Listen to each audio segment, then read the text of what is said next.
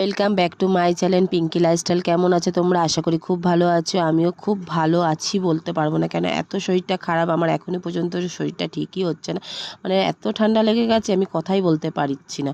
আর কথা বলতে গেলে খুব কাশি হচ্ছে, তাও কি করবো, অনেক দিন ধরে ভিডিও দেওয়া হচ্ছে না, তো ওই জন্য আমি ভিডিওটা ছাড়তে বাধ্য হচ্ছি। কেন অনেক দিন ধরে ইউটিউবে ভিডিও দেওয়া হচ্ছে না বলে, আর এত ঠান্ডা লেগেছে কি বলবো। আর তারপর এদিকে দিওয়ালির দেখো, মানে আমরা ঘরে যে পুজো করেছিলাম লক্ষ্মী গণেশটা নিয়ে এসে, তো ওইখানটা ঠাকুরের জায়গাটা করে চিট লাগিয়ে দিয়েছি, মানে ওই কাগজটা নিয়ে এসেছিলাম কিনে, তো লাগিয়ে দিয়েছি। তারপরে পিঁড়েটার ওপরেও লাগিয়ে দিচ্ছি, কেন পিঁড়েটার ওপরেও পুজো করতে হবে, কেন একটু উঁচু জায়গা হলে পুজোটা করতে সুবিধা হবে। তো ওটা লাগিয়ে দিচ্ছি চিটটা, কেন তোমার দাদাভাই অত করতে পারবে না, কাজে রয়েছে, তো আমি ঘরে আছি বলে আমি সব গুছিয়ে রাখছি।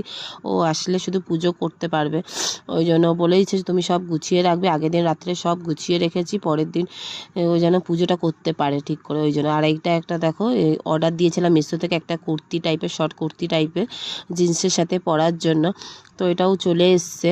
তো ওটা দেখো খুব সুন্দরই এসছে, কালারটাও সুন্দর এসছে, আর যে কাপড়টাও খুব সুন্দর এসছে, সফট আছে।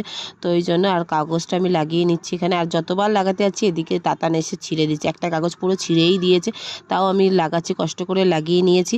তো সবাইকে গুড নাইট।